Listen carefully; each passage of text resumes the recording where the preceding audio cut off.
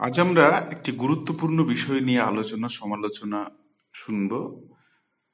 বিষয় রবীন্দ্রনাথের জীবনী এবং রবীন্দ্র জীবনী আলোচনা সমালোচনার কিছু বাধা এবং কিছু সমস্যার কথা আমরা শুনব। আধুনিক কালের বিখ্যাত কবি ও সমালোচক বুদ্ধদেব বসুর একটি বিখ্যাত প্রবন্ধের নাম রবীন্দ্র জীবনী ও রবীন্দ্র সমালোচনা। এই রচনাটি তাঁর সাহিত্য চর্চা প্রবন্ধ গ্রন্থের অন্তর্গত। সাহিত্য চর্চা প্রথম প্রকাশিত হয় ১৩৬১ বৈশাখ মাসে, অর্থাৎ ইংরেজির ১৯৫৪ সালের এপ্রিলে। এই প্রবন্ধটিতে বুদ্ধদেব বসু রবীন্দ্রনাথের জীবনী এবং সাহিত্যের আলোচনা সমালোচনায় যে বাধাগুলি এসেছে বা বাধাগুলি কাজ করেছে সেগুলোর কথা সুন্দর যুক্তি, তথ্য এবং মননের মাধ্যমে পরিবেশন করেছেন। প্রাবন্ধিক বুদ্ধদেব বসু জানিয়েছেন যে রবীন্দ্র জীবন এবং তাঁর সাহিত্য বিষয়ক আলোচনার প্রধান বাধা রবীন্দ্রনাথ নিজেই। হ্যাঁ, কথাটা শুনতে অন্যরকম মনে হতেই পারে, কিন্তু বিষয়টা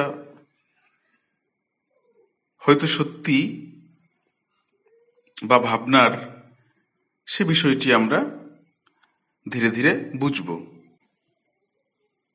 কারণ রবীন্দ্রনাথ বিভিন্ন সময়ে, কখনো প্রয়োজনে, কখনো স্বেচ্ছায়, কখনো সমালোচনার উত্তর প্রত্যুত্তরে তার জীবন, তার রচনা, তার সাহিত্য সম্পর্কে বিস্তারিত যুক্তিগ্রাহ্য সব বর্ণনা দিয়েছেন বিভিন্ন স্থানে, সভা সমিতিতেই হোক বা পত্রপত্রিকায় হোক বা আরো অন্য কোনো চিঠিপত্রে হোক।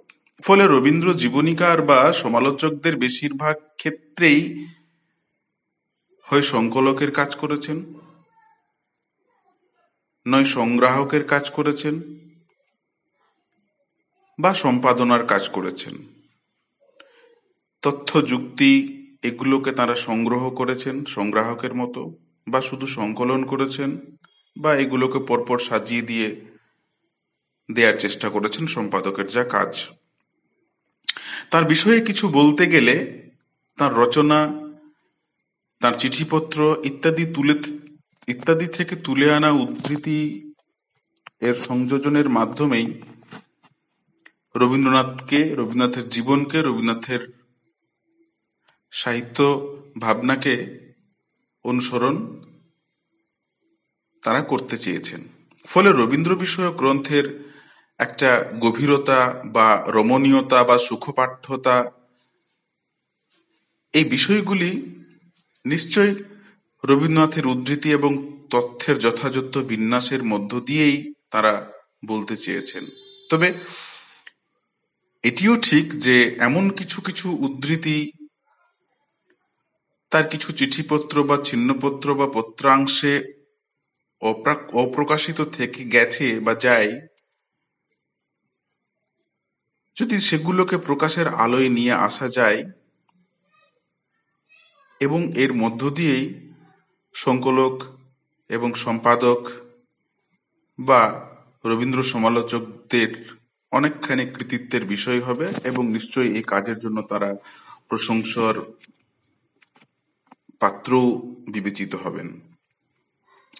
প্রাবন্ধিক বুদ্ধদেব বসু স্পষ্টভাবেই বলছেন যে সমালোচক আর সংকলক কিংবা সম্পাদক, এদের কাজ এক নয়। আসলে যথার্থ সমালোচক হবেন তিনি, বা যথার্থ রবীন্দ্র সমালোচনার ক্ষেত্রে রবীন্দ্রনাথের লেখাকে যুক্তিসঙ্গত কারণে চিনিয়ে দেওয়ার চেষ্টা করবেন। রবীন্দ্রনাথকে পড়ে যা জানা যায়নি, যা বোঝা যায়নি, যা বুঝতে আমাদের অসুবিধা হয়, সমালোচকের লেখা সেই তথ্য, সেই যুক্তি, সেই ভাবনাই তো প্রকাশ করবে, এটাই তো কাঙ্ক্ষিত। তবে এমন কাজ নিশ্চয় কঠিন এবং এরকম রবীন্দ্র সমালোচকের সন্ধান পাওয়া একটু সমস্যার এবং সংখ্যায় অল্প তা বটেই। কারণ এক্ষেত্রে সমালোচকের প্রতি মুহূর্তে প্রতিযোগী স্বয়ং রবীন্দ্রনাথ। সমালোচকের কথাকে প্রায়ই সমালোচকেরা রবীন্দ্রনাথকে, রবীন্দ্রনাথের জীবনকে, রবীন্দ্রনাথের কাব্য বা ভাবনাকে সমালোচনা করতে গিয়ে রবীন্দ্রনাথের উদ্ধৃতি বা তাঁরই বক্তব্যকে তুলে ধরেছেন, কখনো ব্যাখ্যা করেছেন বা সম্প্রসারণ করেছেন ঈষৎ। পাঠকও ভেবে নেন এবং ভাবার সঙ্গত কারণ আছে যে রবীন্দ্রনাথকে জানবার জন্য বোধহয় রবীন্দ্রনাথকেই পড়া সঙ্গত অধিকতর। আসলে এই ঘটনাটি একেবারে অমূলক নয়, কারণ রবীন্দ্রনাথ তাঁর রচনায় যে পরিমাণ এবং যে গুণে স্বয়ং সম্পূর্ণ, স্বয়ং ব্যাখ্যা করেছেন, তা অনেকাংশেই পাঠকের চিন্তা ভাবনাকে সমৃদ্ধ করবে বা বুঝিয়ে দিতে সাহায্য করবে। রবীন্দ্রনাথ রবীন্দ্র রচনায় যেভাবে ছড়িয়ে আছেন তাকে আত্মস্থ করতে পারলেই তার সঙ্গে সামগ্রিক পরিচয় হয়ে যায়, একথাও সত্য। তবে তার চিন্তার সঙ্গে আমাদের ভাবনা ও বোধের যদি আমরা সেতু নির্মাণের চিন্তা করি, তাহলে বা বুঝতে চাই বা যোগাযোগ করতে চাই, তাহলে তার পত্রাবলী, তার প্রবন্ধাবলী বিশেষ গুরুত্বপূর্ণ ভূমিকা পালন করবে। কারণ সেই সবগুলোতে রবীন্দ্রনাথ নিজেই নিজের ব্যাখ্যাতা, পরবর্তীকালের সে সুবিধা তিনি করে দিয়েছেন, এবং এই সুবিধাটাই সমালোচক বুদ্ধদেব বসু মনে করেন বেশ বিপজ্জনক, বিপদের কারণ। কারণ তার আপন ভাষ্যের বাইরে বা তার আপন বলা কথার সীমানার বাইরে তাকে দেখতে পাওয়া আজ পর্যন্ত খুব সহজ হয়নি। এর একটা উদাহরণ এভাবে দেওয়া যেতে পারে যে তার জীবন সম্বন্ধে যেসব তথ্য সত্যি সত্যি জানার বা বলার প্রয়োজন অথচ তিনি প্রকাশ করেননি বা অন্য কোথাও বলে যাননি, অন্য কেউ তার ধারে কাছে দিয়ে এখনো ঘেঁষতে পারেননি, এমন অনাবিষ্কৃত রবীন্দ্রনাথ বহু জায়গায় রয়ে গেছেন। কিংবা তিনি পরোক্ষে যেটুকু জানিয়েছেন বা অন্য কোথাও কোনো প্রত্যক্ষ ভাষণে তিনি যে জায়গাগুলো বলে যাননি বা ব্যাখ্যা করে যাননি, সেগুলো আমরা রবীন্দ্র জীবনী বা রবীন্দ্র ব্যাখ্যাকারদের কাছে পাই না। এমনকি এই কথা বলা চলে প্রখ্যাত রবীন্দ্র জীবনীকার, রবীন্দ্র জীবনী বইয়ের লেখক প্রভাত কুমার মুখোপাধ্যায়কে স্মরণে রেখেও। এ প্রসঙ্গে বলে রাখি, প্রভাত কুমার মুখোপাধ্যায় রবীন্দ্র জীবনী তার বইটি এখন বিশ্বভারতী প্রকাশনী থেকে 4 খণ্ডে পাওয়া যায়। প্রথম খণ্ডটি এই মুহূর্তে প্রায় 500 পৃষ্ঠা এবং সেখানে তিনি রবীন্দ্রনাথের 40 বছর বয়স বা রচনাকে ধরতে চেয়েছেন। তবে একথা সত্যি যে ভালোবাসা ভাষার প্রত্যাশী। অতএব স্বর্গত অজিত কুমার চক্রবর্তী, যাকে আমরা রবীন্দ্র ব্যাখ্যাকার বা রবীন্দ্র জীবনীকার এর প্রথম সারির দিকে, মানে আদি রবীন্দ্র ব্যাখ্যাতা হিসাবে আমরা তাকে গণনা করি, সেই অজিত কুমার চক্রবর্তী থেকে প্রমথনাথ বিশি পর্যন্ত রবীন্দ্র গবেষক বা রবীন্দ্র ব্যাখ্যাকার যারা, এই সমস্ত গ্রন্থকর্তারা এজন্যই আমাদের কাছে শ্রদ্ধেয় যে তাদের পরিশ্রম প্রচুর অগাধ এবং তাদের পরিশ্রমের মধ্যে রবি প্রেমেরই একটা বিশেষ মূর্তি পরিগ্রহ করেছে তাদের গ্রন্থে, তাদের ভাবনায়, তাদের বক্তব্যে। এগুলো অজিত কুমার চক্রবর্তী সম্বন্ধেও কথাগুলি বিশেষ প্রযোজ্য, কেননা তার দুটো বই, বিশেষ করে প্রথম বইটির নাম রবীন্দ্রনাথ এবং তৃতীয় আরেকটি বই কাব্য পরিক্রমা। এই দুটি বই যখন লেখেন তখন পর্যন্ত রবীন্দ্রনাথকে রবীন্দ্র বাবু বলা হতো। এ প্রসঙ্গে তার রবীন্দ্রনাথ বইটির প্রথম দুটি লাইন উল্লেখ করছি। রবীন্দ্রবাবু জীবনে এবং কাব্যে এত বিচিত্র ভাবের সমাবেশ আছে যে তাহার নানান মহলায় প্রবেশদ্বারের চাবি সকল সময়ে খুঁজিয়া পাওয়া যায় না। এই যে রবীন্দ্রবাবু, ওর উল্লেখ থেকেই তার রবিভক্তি বা রবীন্দ্রভক্তি ধরা পড়ছে। জীবিত অবস্থায় কবি রবীন্দ্রনাথ সম্পর্কে কথা বলতে হলে শ্রদ্ধাশীল হতেই হবে, এমন কোনো বাধ্যবাধকতা ছিল না। আসলে রবীন্দ্রনাথের বয়স তখন 50 প্রায় পেরিয়ে গেছে এবং গ্রন্থ রচনার সংখ্যাও প্রায় ছোট বড় মিলিয়ে কম বেশি 100। তবু খুব উচ্চ কণ্ঠে তার পক্ষপাতী হওয়া বেশ দুঃসাহসিক কাজ ছিল। নানা কারণে রবি প্রতিভার স্বরূপ চেনাও সম্ভব ছিল না।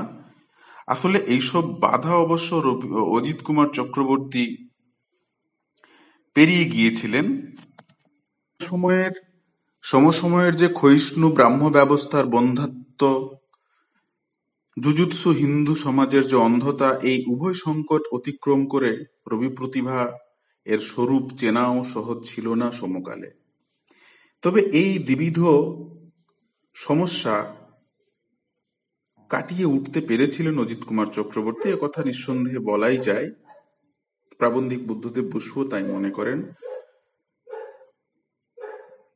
তবে এইটুকুই ঠিক যে বাংলাদেশ বা আমাদের বাংলার উল্লেখযোগ্য প্রথম রবি পূজকদের মধ্যে অজিত কুমার চক্রবর্তী উল্লেখযোগ্য, এবং রবীন্দ্রনাথকে তিনি দেখতে পেয়েছিলেন বুদ্ধদেব বাবুর ভাষায় স্থানীয়, অস্থায়ী এবং সাময়িকের পরপারে কোনো এক ধ্রুব আদর্শের পটভূমিকায়। অবশ্য তার রুচি বা ভাবনার এই আদর্শ তিনি সংগ্রহ করেছিলেন রবীন্দ্রনাথের জীবনাদর্শ বা সাহিত্য আদর্শ থেকেই, রবীন্দ্রনাথের কাছ থেকেই। আর সেখানেই একটা তার সমালোচিত গ্রন্থের বা সমালোচনার খামতি।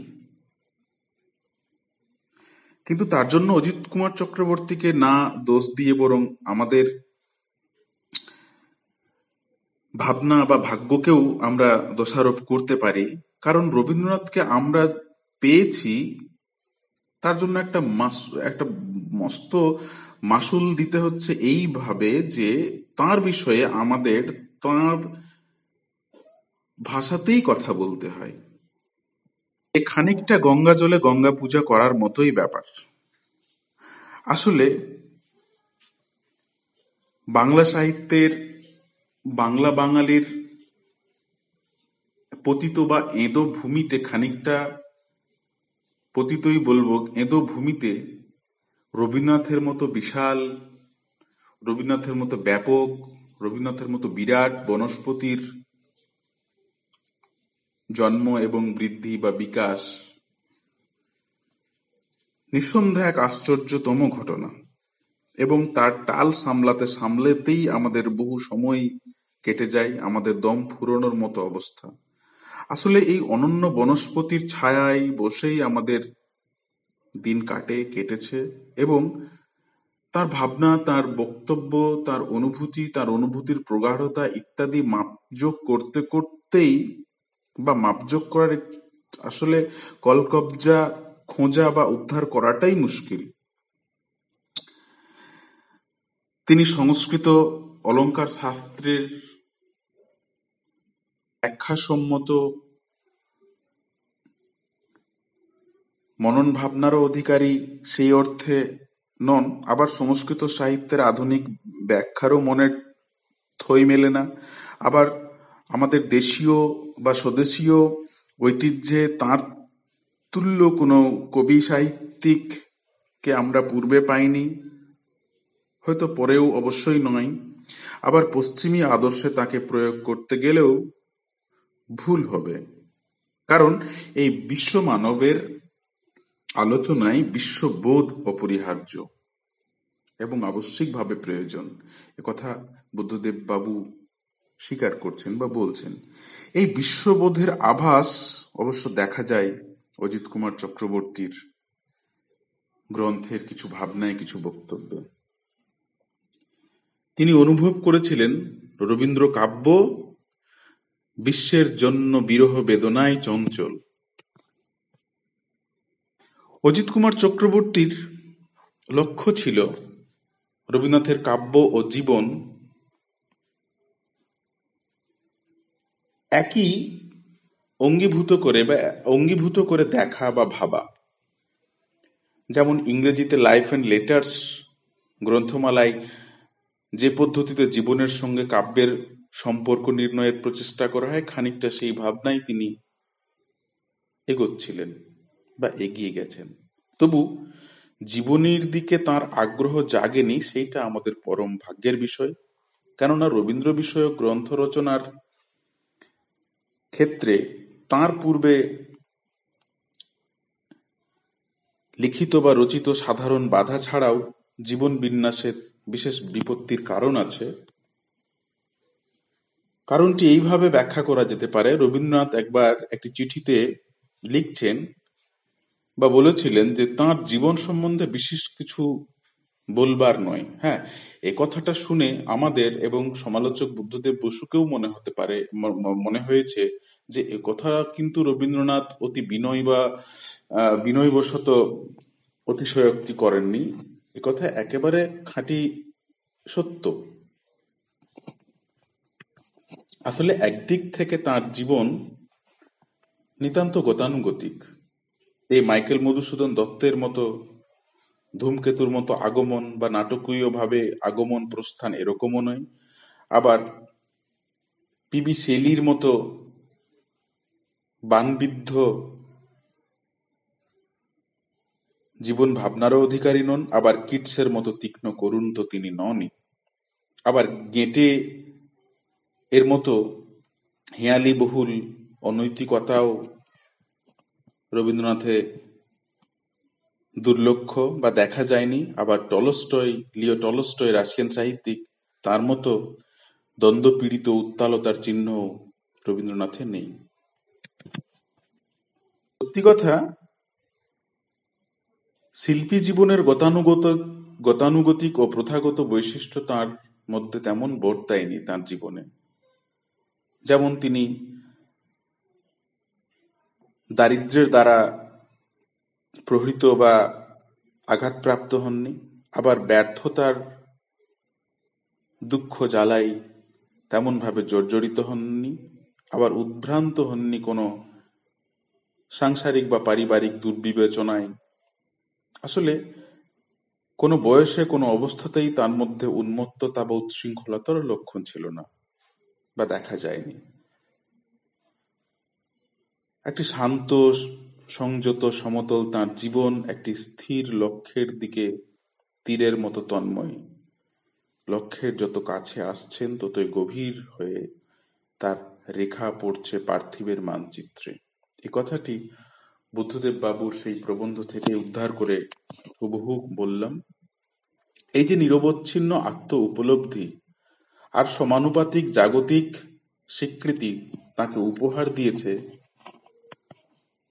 একটি রাজকীয় উত্তর জীবন এবং মহিমান্বিত তাঁর প্রস্থান বা পরিনির্বাণ।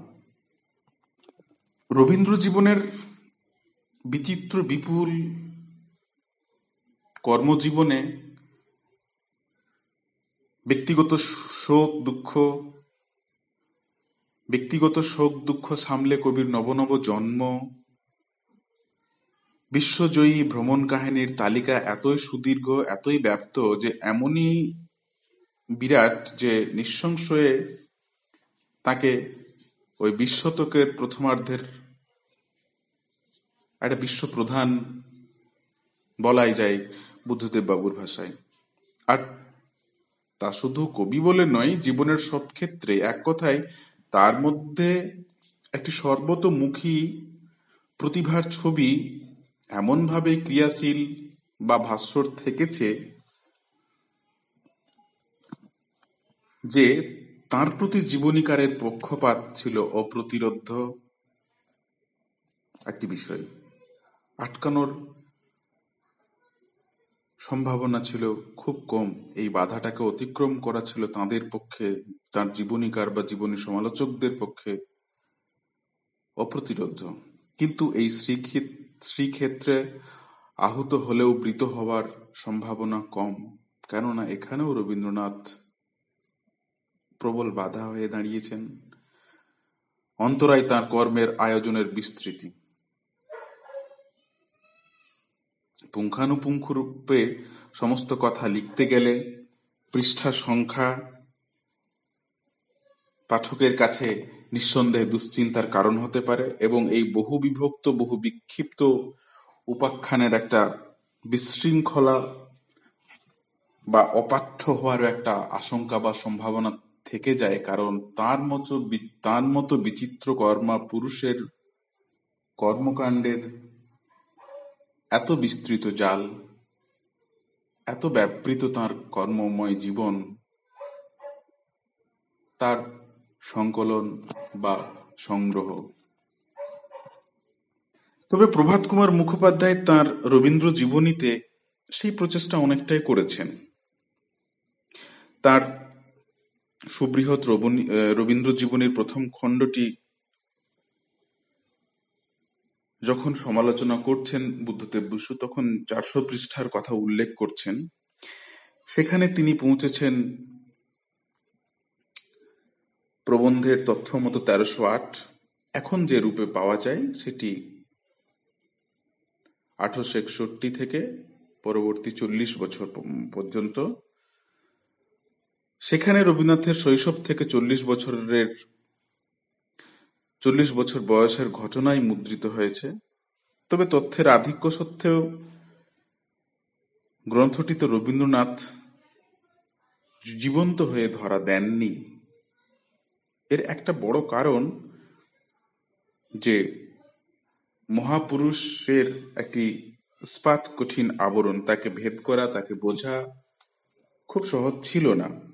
তবে প্রথম থেকেই প্রভাত কুমার একটি ধারণার বশবর্তী হয়ে এগিয়েছিলেন বলে এই বাধাটা তাকে আরো আষ্টেপৃষ্ঠে জড়িয়ে ধরেছিল। তিনি ধরেই নিয়েছিলেন যে রবীন্দ্রনাথ মহাপুরুষ এবং তিনি একটি মহৎ বংশের ঠাকুর বাড়ির শ্রেষ্ঠ রত্ন। রবীন্দ্রনাথ নিজেও অবশ্য মহাপুরুষ বা মহান বংশের আবরণটিকে দূরে সরিয়ে রাখারই পক্ষপাতী ছিলেন। তাই রবীন্দ্রনাথ প্রভাত কুমার মুখোপাধ্যায়ের রবীন্দ্র জীবনী বইটির প্রথম খণ্ড পাঠ করে একটি কথা বলেছিলেন যে এটি রবীন্দ্রনাথের জীবনী হয়নি, হয়েছে প্রিন্স দ্বারকানাথ ঠাকুরের পৌত্রের জীবনী। এই কথাটি প্রভাত কুমার মুখোপাধ্যায় তাঁর গ্রন্থের দ্বিতীয় সংস্করণে অবশ্য উল্লেখ করছেন। আসলে শুধু প্রভাত কুমারই নন, বহু মানুষই সে সময়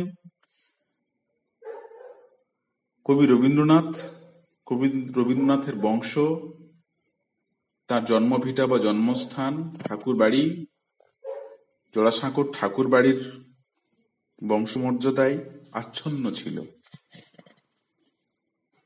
সত্যি বলতে কি যে আমাদের বাংলায় রবীন্দ্রনাথকে এখনো অনেকটা আচ্ছন্ন করে রেখেছে সেই ঠাকুর বাড়ি। তিনি যেন ঠাকুর বাড়িরই কৃতিত্ব, ঠাকুর বাড়ির বলেই তিনি রবীন্দ্রনাথ, এরকম মোহপ্রসূত বাক্য মাঝে মাঝেই শোনা যায়। এবং এই কথাটি বুদ্ধদেব বাবু নিজেই কথাটি বলছেন। মংপুতে রবীন্দ্রনাথ এই বইটির লেখক মৈত্রেয়ী দেবী, এই লেখিকা এক জায়গায় কবির আভিজাত্য নিয়ে উচ্ছ্বসিত, এমনকি শত শত ভক্তের মতো প্রমথনাথ বিশিও এ কথা ভেবে রোমাঞ্চিত যে দ্বারকানাথ ঠাকুরের পৌত্র এমন অনেকের সঙ্গে বনভোজনে বেরিয়েছেন যারা দ্বারকানাথের পৌত্রের চেয়ে ধন ও বংশমর্যাদায় অনেক নিচে। একেই বুদ্ধদেব বাবু ইংরেজিতে বলছেন স্নোবিস। অর্থাৎ দ্বারকানাথ ঠাকুরের পৌত্র যে আভিজাত্য বা রুচি বা মর্যাদা দিয়ে করা উচিত, তার বাইরেও রবীন্দ্রনাথ সাধারণের সঙ্গে মিশেছেন এই কথাটি প্রমথনাথ বিশি বলছেন। অবশ্য একথা ঠিক যে সমালোচনার ক্ষেত্রে প্রমথনাথ বিশি মহাশয় অজিত কুমার চক্রবর্তীরই সহধর্মী। তিনিও প্রয়াসী হয়েছেন তার জীবন বা সাহিত্য ভাবনার বিশ্লেষণে, এবং প্রমথনাথ বিশিরও প্রচেষ্টা দেখা গেছে যে তার জীবনের সঙ্গে, অর্থাৎ রবীন্দ্রনাথের জীবনের সঙ্গে সাহিত্যকর্মকে মিলিয়ে দেখানো। এই পদ্ধতির একটা উপযোগিতা আছে সন্দেহ নয়, কিন্তু খুব সতর্ক না হলে এমন একটি বিষয় প্রশ্রয় পায় যা সমালোচনার ক্ষেত্রে একটা বাধা বা অবান্তর একটা অবৈধ বাধা হয়ে দাঁড়ায়। আসলে বংশ পরিচয়, জায়গা জুড়ে খামাখা ফেঁপে ওঠা আত্মীয় বন্ধুর তালিকা, যেখানে তার কাব্য জিজ্ঞাসা বা কাব্য সমালোচনা বা ভাবনা অনুভূতির বিশ্লেষণ চাপা পড়ে যেতে পারে। এরকমই কিছু দৃষ্টান্ত প্রমথনাথ বিশির জীবনী ঘটিত সমালোচনায় দেখা যায়। তবে কাব্য জিজ্ঞাসা বা কাব্য সমালোচনার ক্ষেত্রে হলে এটি অনাকাঙ্ক্ষিত।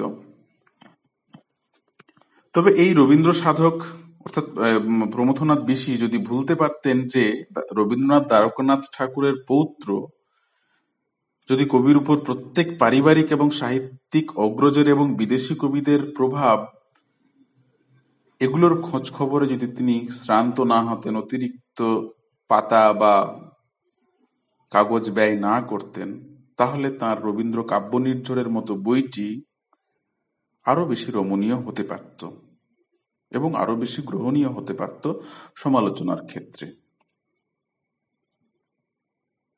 তবে একথা ঠিক যে সাহিত্যশাস্ত্রে পারদর্শিতা মানেই সারদর্শিতা নয়,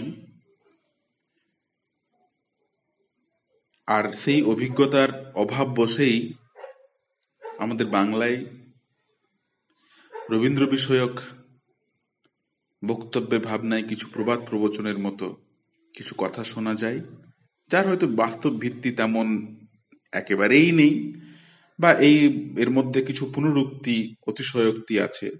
আজকের দিনেও প্রমথনাথ বিশি মহাশয় আমাদের শোনাচ্ছেন যে রবীন্দ্রনাথ বিদেশি কবি, পাশ্চাত্যের শেলির সমগোত্রীয়, আর শেলি ও কিটস নাকি আদি পর্বে কাহিনী কাব্য যদি লিখেও থাকতেন, তবে শেষে বুঝেছিলেন যে দীর্ঘ কাব্য তাদের যথার্থ বাহন নয়। উপরন্তু কাহিনী কাব্যে তারা সাফল্য লাভ করতেও পারেননি, কারণ বাস্তব সংসারের সঙ্গে তাদের পরিচয়ের অভাব একটা রচনায় দেখা গেছে। আসলে বস্তুটাকে বাদ দিয়ে শাস্ত্র মেনে চললে তার ফলাফলটা কেমন দাঁড়াতে পারে তা জানবার সুযোগ যদি আমরা করি, তাহলে দেখতে পাবো যে বাঙালি অধ্যাপক বা সমালোচকদের মুখে শুনতে হয় যে রবীন্দ্রনাথে নাকি হাস্যরস নেই, কেননা রবীন্দ্রনাথ গীতিকবি, এবং গীতিকবি বা গীতি কবিতার পক্ষে হাস্যরস বা সেই জাতের অনুভূতি বেমানান এবং সম্ভব নয়। কেননা আসলে এই মন্তব্যটি যে কতটা ফাঁপা এবং অযৌক্তিক সেটা পরে অনুধাবন করা যেতে পারে বিভিন্ন ক্ষেত্রে। তবে একথা ঠিক যে শেলি, কিটস, তাদেরকে বলা যেতে পারে বিশুদ্ধ রোম্যান্টিক জাতের কবি সাহিত্যিক। তবে হ্যাঁ, রোম্যান্টিকদের লিরিক লেখায় যে নিয়ম, তাহলে চোখ বুজে বলে দেওয়া যায় যে কাহিনী কাব্যে তারা ব্যর্থকাম, কাহিনী বিশ্লেষণে তারা সমান সফলতা লাভ করবেন না।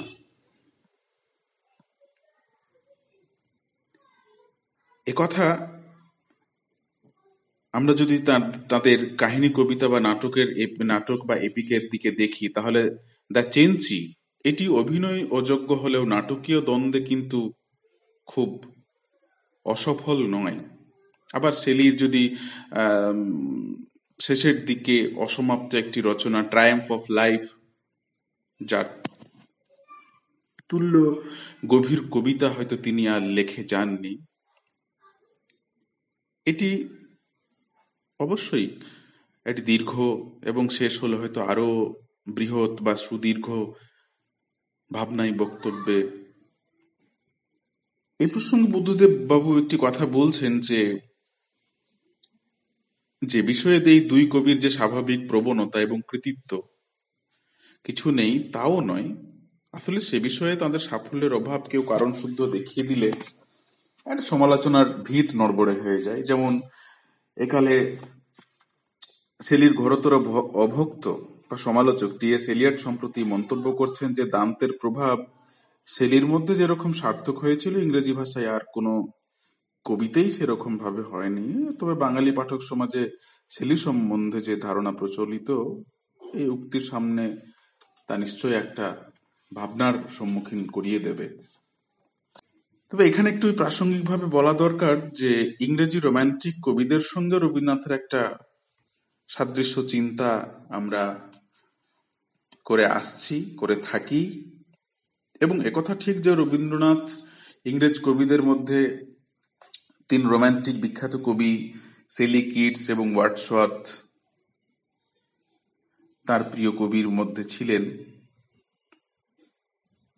শেলি যেখানে ৩০ বছর কাছাকাছি তার জীবনকাল বা বেঁচে ছিলেন, কিটস সেখানে ২৫ বছর এবং ওয়ার্ডসওয়ার্থ অনেকটাই ৮০ বছর কাছাকাছি। আসলে অন্যান্য বহু বিদেশি কবিতা তাকে তৃপ্ত করেছিল বা আন্দোলিত করেছিল সে বিষয়ে সন্দেহ নয়, কিন্তু আশ্চর্যের বিষয় যে এবং সম্পূর্ণ সুখেরও বিষয় নয় যে তার রচনার প্রত্যক্ষ প্রভাব কিন্তু অনেকাংশেই বা প্রত্যেকটি প্রায় আমাদের ভারতীয়, আমাদের ভারতবর্ষীয় বা আমাদের এদেশীয় উপনিষদ, মহাকবি কালিদাস, আমাদের খাঁটি এদেশীয় বাংলার সম্পদ, এদেশের বৈষ্ণব কবিতা, বাউল গান, তাদের দর্শন এবং বাংলার আনাচে কানাচে ছড়িয়ে থাকা ছড়া ইত্যাদি, এই সমস্ত কটি ছাড়াও আরো অন্যান্য কোনো প্রভাব আবিষ্কার করতে হলে প্রচুর পাতা উল্টাতে হবে তাঁর বাল্য রচনায় বা সমকালের অন্যান্য সৃষ্টিতে, যেখানে প্রভাব এর প্রসঙ্গই অবান্তর। কেননা সেখান থেকে পংক্তি তুলে তুলে প্রমাণ করা শক্ত হয় না যে তিনি কখনো ভোরের পাখি বিহারীলাল চক্রবর্তীর প্রভাবে প্রভাবিত হচ্ছেন, আবার কখনো শেলির, এমনকি কখনো হেমচন্দ্র বন্দ্যোপাধ্যায়। তবে এই কথা ঠিক যে ইংরেজ কবিদের প্রভাব থাকলেও এই বিরাট রবীন্দ্র প্রতিভার স্বভাবের যে ধারাবাহিকতা তাতে বজায় থাকেনি। আসলে পাশ্চাত্যের সাহিত্যের প্রতি রবীন্দ্রনাথের বুদ্ধির আগ্রহ ছিল, কিন্তু স্বভাবের সমর্থন ছিল না। তাই বাল্য রচনায় এ জাতীয় প্রভাবের আভাসটুকু পাওয়া বেশ দুষ্কর এবং এটি বুদ্ধদেব বসুর মতো বয়সোচিত সাহিত্যিক ব্যায়ামের পর্যায়ে ফেলতে পারি। অথচ প্রভাত কুমার এবং প্রবন্ধনাথ বিশি এই দুজনেই এই বাল্য বিষয় ভাবনাটাকে অতিমাত্রায় গুরুত্ব দিয়েছেন এবং এই দুই সমালোচকই কবির বাল্যকাল এর ভাষণকে বা তার জীবন চর্চা বা চর্যাকে অধিক মাত্রায় গুরুত্ব দিয়েছেন। প্রভাত কুমার মুখোপাধ্যায় রবীন্দ্রনাথ ছিলেন তার মতে প্রিকোসিয়াস চাইল্ড এবং রবীন্দ্র চরিত্রে মনোসংযোগ করলে তৎক্ষণাৎ ধরা পড়ে যে তিনি ছিলেন একটা, বলা যায় বুদ্ধদেব বাবুর ভাষায়, অকাল পক্কতার পরপারে। তার জীবনে নেই কোনো আকস্মিকতা, নেই তেমন কোনো চমক, আছে কি তাহলে ক্রমবিকাশের একটা সুনিশ্চিত নিশ্চয়তা। যদি কিটসের বয়সে মৃত্যু হতো তাহলে তিনি বাঙালি কবিদের বা বাঙালি গৌণ কবিদের মতো কোন রকমে গণ্য হতে পারতেন, এভাবে যেমন বলা যায়। তেমনি আবার শেলির বয়স অর্থাৎ বয়স ৩০ এ তার রচনা বা তার জীবন যদি পরিসমাপ্ত হতো তাহলে তিনি হতেন আমাদের রম্য কবিদের অন্যতম।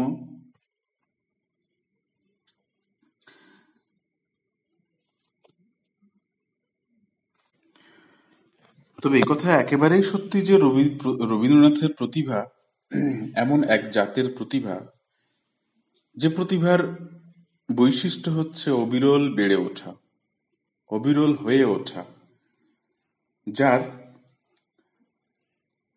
তার বাঁধতে কিছু দেরি হয়, কিন্তু বাঁধা হয়ে গেলেই গান আর থামে না। তাই তাঁর বাষ্পজড়িত কিশোর কাব্যে আস্বাদের কোনো স্থান নেই।